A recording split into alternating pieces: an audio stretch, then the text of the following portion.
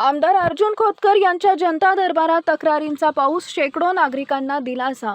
अर्जुन खोतकर यांनी आयोजित केलेल्या जनता दरबारात तालुक्यातील शेकडो नागरिकांनी आपल्या समस्या मांडत तक्रारींचा अक्षरशः पाऊस पाडला। मागील काही महिन्यांपासून विविध शासकीय कार्यालयांमध्ये नागरिकांच्या प्रश्नांकडे दुर्लक्ष होत असल्याच्या तक्रारी वाढत होत्या। या पार्श्वभूमीवर खोतकर यांनी त्यांच्या संपर्क कार्यालयात जनता दरबार भरवत थेट लोकांशी संवाद साधला। जनता दरबाराची माहिती मिळताच तालुक्याच्या कानाकोपऱ्यातून नागरिक मोठ्या संख्येने उपस्थित राहिले।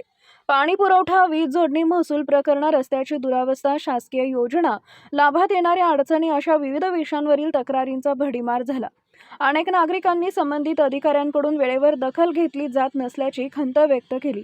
यावेळी आमदार खोतकर यांनी संबंधित विभागांच्या अधिकाऱ्यांना तात्काळ दूरध्वनीद्वारे संपर्क साधत काही प्रकरणांचा जागीच निपटारा केला, तर उर्वरित तक्रारींसाठी निश्चित कालमर्यादा देण्याच्या सूचना दिल्या।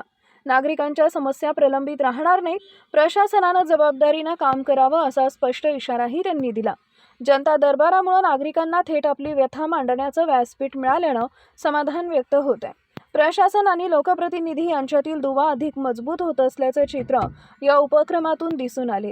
नियमितपणे अशा प्रकारचे जनता दरबार भरवून जनतेच्या समस्या सोडवण्याचा निर्धार आमदार खोतकर यांनी व्यक्त केला। तो हे खरं समजा, ज्यांनी काम केलं त्याला तुम्ही 8 दिवसाची मुदत द्या, दुरुस्त करायची। समजून घ्या, एक मिनिट, 8 दिवसाची त्याला मुदत द्या, तेच तुम्हाला करायची ही अपेक्षा। नाही तर रात्रंदिवस तुम्ही हे काम करताच। अपेक्षा एवढी की ते जलद गतीने झालं पाहिजे, आणि ती अपेक्षा ठेवणं काही वाईट नाही। सामान्य माणसं तुमच्याकडून या ठिकाणी ठेवतात। प्रचंड मोठ्या प्रमाणामध्ये तुम्ही ओव्हर टाइम अधिकारी, अनेक कर्मचारी परिवाराला वेळ देऊ शकत नाही। हे पॉझिटिव्हली आपण घ्या। सामान्य जनतेच्या प्रश्न कोणी त्याचाही प्रश्न आपल्या माध्यमातून मांडण्यात,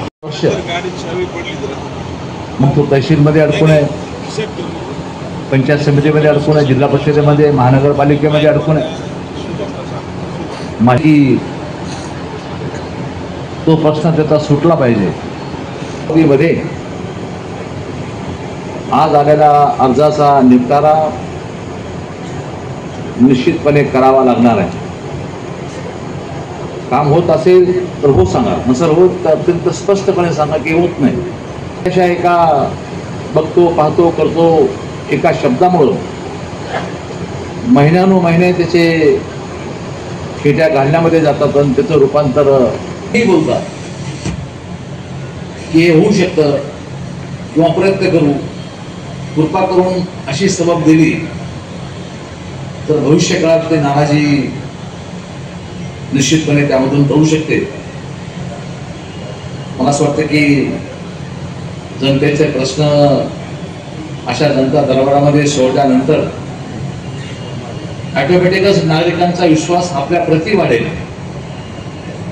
प्रशासनाच्या प्रती हा विश्वास वाढेल। जनता दरबाराचा सरळ आणि स्पष्ट उद्देश हाच आहे। कोणी सन्माननीय अधिकारी यांना टार्गेट करण्याचा उद्देश अजिबात नाही। मी आपल्याला सांगायला विनंती करेन की कोणाला टार्गेट करण्याच्या उद्देशाने आपण सभ्य भाषेमध्ये, चांगल्या भाषेमध्ये प्रश्न विचारावेत, प्रश्नांची सोडवणूक करून घ्यावी। त्यामुळं उद्देश आपला स्पष्ट की आपल्या प्रश्नाला न्याय मिळावा, जनतेची कामं मार्गी लागावी। त्यामुळे आम्हाला समाधान मिळेल आणि तुम्हाला काम केल्याचं समाधान निश्चितपणे यातून मिळेल।